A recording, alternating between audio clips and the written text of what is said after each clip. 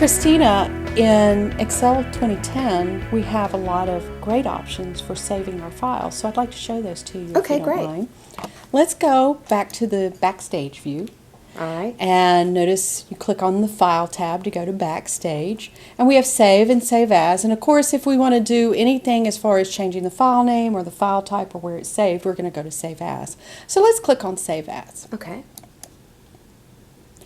Now, the Save As dialog box is fairly similar to ones you've had in the past. There's some other changes that we'll talk about a little bit later. And yes, notice that you put your mouse on the border of the dialog box and you click and drag and you can change the size of it just like any other window. Now we are looking at the file and notice the Save As type says an Excel workbook and it has the extension xlsx. In 07 they added the X. And what does that X mean? What does it do? Distinguishes these files from files in 03 versions or earlier. What happened when 07 came out is they changed the way they save the files. And this extension tells us it's one of those file types, and the files are saved in a smaller compressed space. One of the things that does occur, though, is that if you're dealing with someone who has 03 or earlier and they haven't downloaded the compatibility package, then if you send them an xlsx file, they can't open it. So all of my old files, though, that I created in 03 or before, can I open them in Excel? Yes, you can. And then you can choose to keep them in the old version or to save them as xlsx's. Okay, good. Now let's look at the types of files we can save this as. If you go to the right, you can click on the drop down and it'll show you that you have various types of file types. Now, you probably aren't going to use a large percentage of these, but let's hit on a couple of them. Of course, the top one is the default, the xlsx. And if I don't change anything, it stays with whatever the default is set for. Okay, good. If I'm dealing with someone who has Office 2003 or earlier, notice there's an option of Excel 97 to 03, and it's just an XLS. Okay. So I can save a file that way to send it to them. One of the things I run into in the areas I work in is a lot of the people I deal with don't want that X extension because they don't have the advanced software yet. So sometimes I have to send them a previous version. Okay. So I'll do that. Also, if you look down, notice you can save it as a web page, an Excel template. We're going to talk about templates in a later time and web page information at a later time. You also have the ability to save it as a PDF if you go way down the list near the bottom. Now, do you know what a PDF is?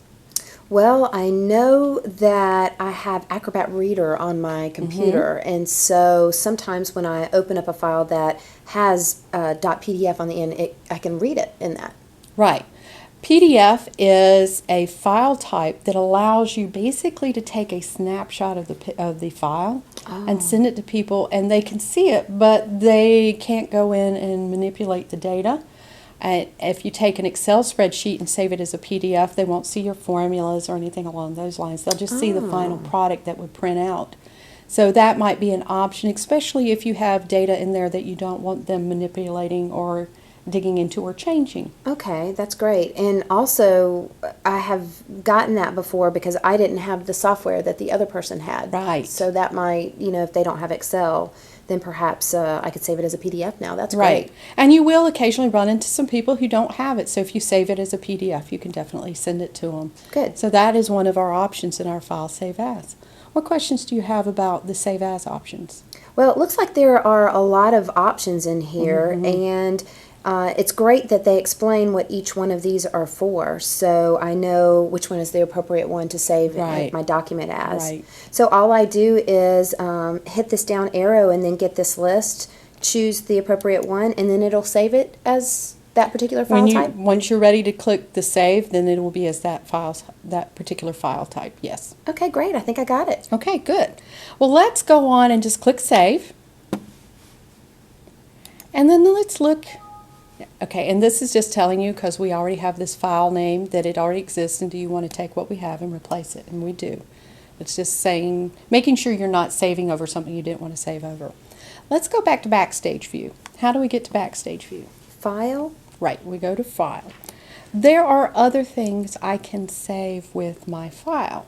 And you'll notice right below the Close button, we are on Info. Do you see that? And over to the right, you have in the far right a Properties area. So you see the Properties over to the right? Oh, way over here. I Yeah, there's gotcha. you have a little snapshot of our file. Notice if you look, that's the spreadsheet. It's actually the spreadsheet we're working in. And right below there it says Properties. So it tells you some of the things that you would see if you were in Windows Explorer, for example.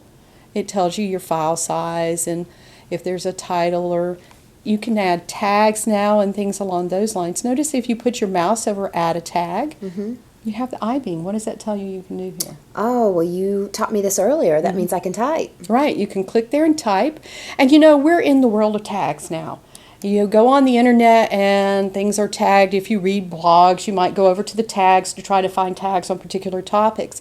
One of the things that we can now do is we can tag files with keywords. Oh, okay. And then we can actually search for the file by the keyword if we don't remember the file name. That's great. Or maybe if we're looking for files that are of similar categories or information. It gives us our dates, when it was last modified, when it was created. Of course, we did this one today, so it all says today, today, today. When it was last printed, and we did that Control-P just a little while ago, so that shows up. Tells us who wrote the file. If you wanted to share your authorship with me, notice it gives you the option to add another author, and you could type in whoever that might be. Oh, and it allows you to do more than one. So if we are co-authoring with several people, it will add another one. That's great. It does. Okay, one other thing we want to see in the info area is to look for any issues we might have with compatibility. So if I am sending the file to somebody who has an 03 version or an earlier version, is it going to be compatible with their 03, or is something going to change? Notice on the left you have 3 buttons. One is Check for Issues, the middle button. Let's click on that. And we can have it inspect the document, which it looks for any properties that might be different or hidden or personal. We can check the accessibility. So if somebody is disabled and they're using some particular software that a disabled person would use, would it be accessible for them? And there's the compatibility checker.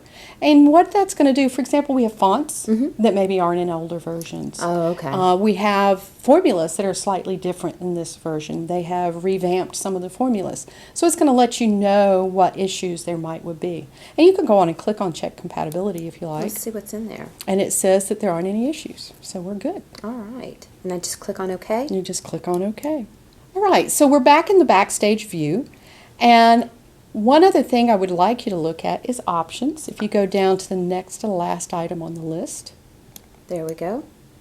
One of the items we looked at a moment ago was the default file type.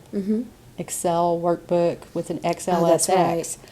If for some reason I know that almost every time I use this I'm saving it in a 97 to 03 version, or maybe I need to save always in a PDF or whatever, I can change that default here. If you'll notice on the left hand side of your Excel options dialog box there's a save choice. If you click on save, the right hand side moves to reflect save, and notice it says save files in this format. And if you click on the drop down there, there's all of those file types yet again. Oh, that's great. So if I knew that I was working with an organization that had an older version of Excel, I can go and find that here and have it do the next, however many documents, and then I could come back and change it. Exactly. And not have to think about it. That's great. Exactly. So they're thinking ahead, trying to help us out. So we have looked at various things within the Backstage view as far as our file types. So what we're going to be doing next is looking at File Open, File Save, and Autosave. There's some new things there too. Okay.